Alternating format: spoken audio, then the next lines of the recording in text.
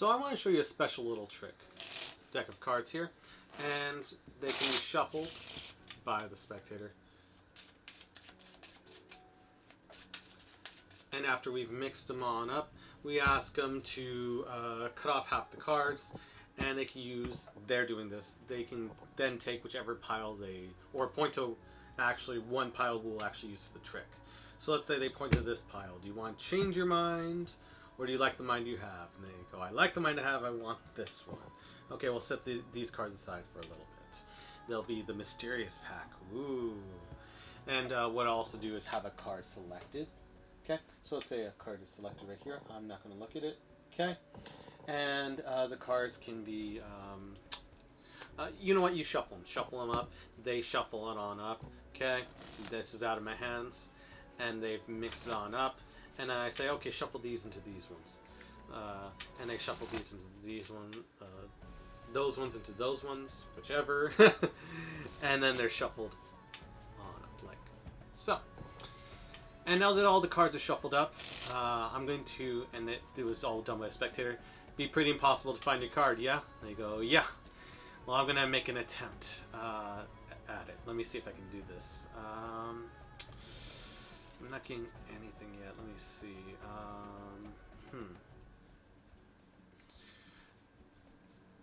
And you remember your card, right? I'm just trying to calculate it. You remember your card, yeah? And then you go, okay, I think I got something close, okay? First try of the night, and it is, you don't have to name it out loud, but I believe the Queen of Clubs. And they go, no, haha, I knew you wouldn't get it. And then I go, wait, and they still obviously wouldn't have told you.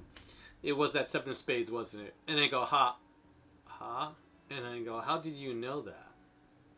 And I go, you know, I always have trouble with that card in particular, that if you actually deal down to Seven of Spades, one card for every letter, it comes down to it. And they can do this, not me. SEVENOFSPADES.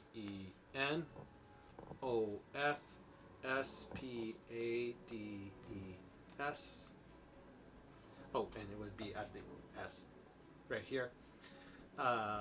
I can show that it is actually the Seven of Spades right there. And that is a crazy trick. I'm Dan, and I call this one silly spelling. Really stupid spelling. That's how I originally called it 10 years ago when I created it, around there. But hope you enjoyed the performance. So hope you enjoyed the performance for what I say in the title, silly spelling, but I really call it stupid spelling. If you can, before we continue, give the video a like. That'd be awesome. And subscribe if you like more magical content, all to benefit the channel. And to go into the effect, this kind of has roots in just like location style effects. And I wanted to be clever, and there's so many books that have similar things, it would be too many to name. But just I'll start with, let's say, Harry Lorraine's Close-Up Card Magic has some material that influenced this one in there. And in this effect, we try to be as fair as possible, and then at a moment's notice we cheat using a devious little technique. So the cards start out shuffled. They can be shuffled even by a spectator. And eventually we'll need a table for this effect, and we tell them to divide it into two piles. And they do. Let's say about here. So 50-50. Okay? And they really do have a free choice to whichever pile, and whichever the pile they don't use, you can set it aside. You can call it the discard pile. You can say this is a pile. The other card's a mystery. Ooh. It really doesn't have a place, but it adds tension to it that, you know. I mean, this is a magician fooler. I'll be honest. This is the trick I've used to fool a lot of magicians. And it's just because it's a simple little knowledge peek that no one knew about. Anyways, spread the cards. You say, I'm going to go across the cards like this, and I'm going to look away. You just point to one you would like. And they point to one, and whichever one they point to, you show it to the spectator, and you really do look away. Okay? I'm not doing one of these, ooh, peek your card, and I'm glazing over like that. I'm not doing anything like that. Though you could if you want to, but that's not what we're doing here. We push off as we show, we look away, okay? And then as we show it, okay, we've shown it to them, we then come down and get a break on the card as we're pulling it back. Get the other cards to square it on up. the magicians are thinking you're going to do a pass or something. They don't know that I'm actually going for just a glimpse. I then say, and I act like I'm unsure, so the focus is on me. It's like, wait, what's going on with him? Like I'm breaking down or something. Not really breaking down, but and I'm just like I'm thinking of what to do next to create attention towards myself. You can do it presentationally however you want, because that's just how I do it. And then I casually swing cut a packet to divert some attention. After I've diverted the attention up here, I just casually, for even those who are burning me, I just swing cut a packet just off right here. And the selected card right here in this case is King of Hearts. So let me actually go a couple cards back. Okay, so after they've selected the card and you've shown it, you gotta break below it, add all the cards above it. Okay, and so you gotta break right below the selection right here. We swing cut off the top pile. We lift at the break with the thumb and middle fingers. Swing cut a couple cards off into there, and then we do a swivel cut. And as the cards are towards us, like a Harry Lorraine moment from another trick. I forgot the name. I'll write it below.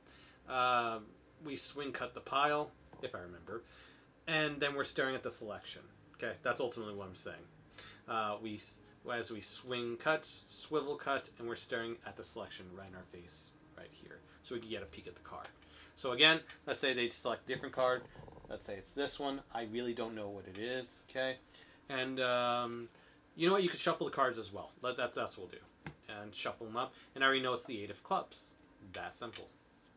And then you just drop the cards after you've done the swing swivel. You peek the card, drop it like it's fire.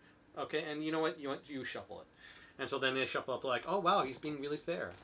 He wants to make it really impossible. Or maybe he messed up. Who knows? Let's just shuffle it to see where this trick goes. So then they shuffle it. The cards are mixed up. Then shuffle this into the other pile. They do so. And they can shuffle as much as they want, however they want. But the cards are really mixed. You made it an impossible situation. And you've already got the knowledge. And you're already so far ahead. And you can reveal it however you want. But this is the way I choose to reveal it. Let's say the card in this context that we're going for is the King of Hearts. Okay, that's what we'll say. So after we noted the King of Hearts, we're going to and we hand out to them for them to shuffle. They hand it back to us. I actually search for the King of Hearts, and then I make sure I got enough cards for spelling. So I try to get the card generally to the middle whenever possible, because the spelling might be long. So I see the King of Hearts right here, and then you would want, depending on whether you want it at the card or after you spell out the card, you can add one card or take away one card. And that's why you saw what you saw in the performance. I was like, oh, I actually should have, I actually didn't deal an extra card. I stopped at the card. So, so in this case, K, King of Hearts, could be, let's say we want, in this case, after you finish the spelling, it lands on the card, then you would count this as 1. In the case you want it, after you finish the spelling, it's the next card, then you don't count this as 1. But let's say we're counting as 1. I'll show you what I mean. So then this is 1. So I'm spelling out King of Hearts in my head. K-I-N-G-O-F, adding 1 card for every letter. H-E-A-R-T-S, and then getting all these cards, putting them underneath, and turning the deck over. And that's why I call it stupid spelling, because it is so crazy and laughable that I'm doing, as I'm pretending to search for a card, I'm really just setting up for the ending right in front of them. It's so hilarious when you look from the back view. It's just like, really? You're doing that just so boldly right in front of the audience. It is hilarious. So hilarious. And when while you're at it, after you finish the spelling, you can even take a look again, since no one knows what the effect will be, and it's like you're struggling anyways. You're supposed to be anyways. You would want a contrasting card to be the top card for when you show the sucker effect, or the sucker effect. And you say, don't tell me the name of your card at any point. You stress that. You want to stress that. But tell me, my first guess, Jack of Spades. And you say it as your first guess, because you don't want it to be the guess. This is the first guess. Turn it over and go, Jack of Spades. Yeah, and they go, no. And I go, dang. And then I just relax, and then the audience goes, wait, you didn't know what the card was? And I go, it was however you want to banter with them. Eventually you reveal at the opportune moment, yeah, it was probably that King of Hearts, wasn't it? And I go, wait, what? How did you know that? And they didn't tell you at any point. So that creates more mystery to it. And if you take the cards and you spell one card for every letter, King of Hearts goes to King of Hearts every time. No one believes it. They could do it. You could do it. KINGOFHEART. And because I didn't add the extra card, King of Hearts would appear automatically right here. And if I did add the extra card, I didn't count the King of Hearts as one when I'm counting out the card, then I would spell King of Hearts, and then the next card will be the card. So it really depends on your presentation style and whatever on that. But the fact is, it's a simple winner of a card effect that I use or have used to fool a lot of magicians.